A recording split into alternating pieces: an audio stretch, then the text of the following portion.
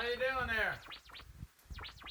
Well, I thought I'd keep you up to date and show you how this A-arm major surgery on the frame and changing the A-arm bracketry, from the factory, because it was just unbelievably shot. Unacceptable. So it got into quite a lot of work with this car. And a lot of people would have been in a lot of trouble. They probably just would have, what can we do? Because it's part of the frame. I mean, what can you do? I'll show you again. I'll remind you how bad it was.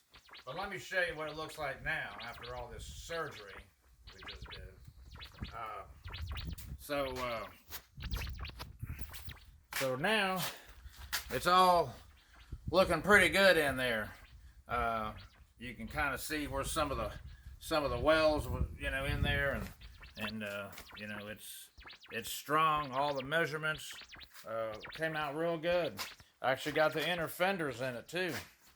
Yeah, that's all done, and they're tacked in and grinded all the little tack well heads off of it. It's fitting good. It's fitting just perfect, really, and it's strong. I mean, it's got some strength to it. There's nothing flimsy or anything crazy going on. It's very good.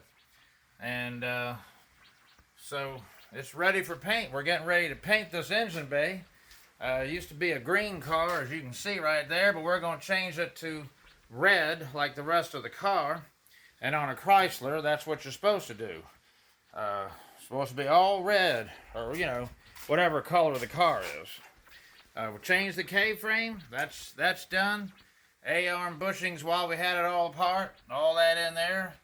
And you saw the video of when I removed the torsion bars, and the bushing just comes right out of that A-arm when you do that. So it wasn't that hard.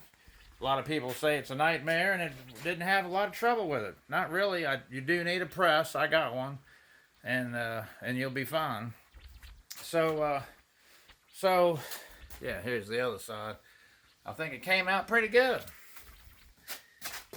It feels strong. I mean, of course, the engine's not in it, but that's what you got to do. You can cut all that out and lower in a new piece. That's what we did over there. Both sides had to be done. But the piece had to come from another car. But let me show you this disaster. Let me show you this. Look what we took out. Can you believe that? That bad. I mean, there's no metal in there. Nothing. Junk. Absolute junk. Going up and down the road. Hitting the brakes. Stopping at traffic lights. I mean, that's what he was doing with it. And the other side is just as bad. And nobody knew. Nobody knew. And it's a pretty decent car, too. It's not junk. It's a pretty decent car. And it ran 273 4-barrel. It ran pretty good. The motor's sitting right there, and that's a fresh 273. It's got the mechanical cam in it, adjustable rockers, and all that. We're gonna clean it up a little bit and put it right back in there. But can you imagine buying something for good money? And then get it home and just happen to change the wheels on it one day, and you come across this horror inside of those A-arm brackets. It's just unacceptable.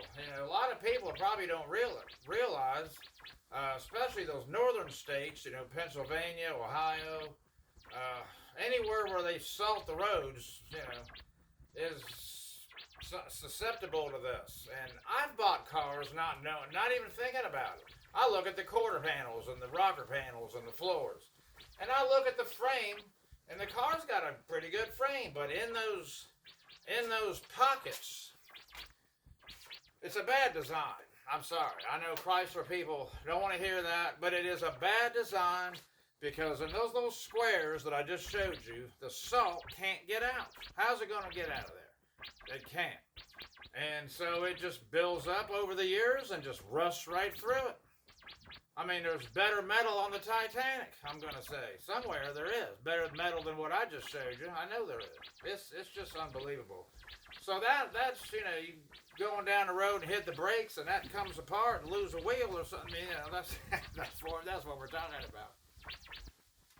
So we had to do something with it. And so there it is. I thought I'd update you. And so please subscribe to me. I'll keep this interesting stuff. I hope somebody thinks about this and maybe they don't really know how their car is doing in this area.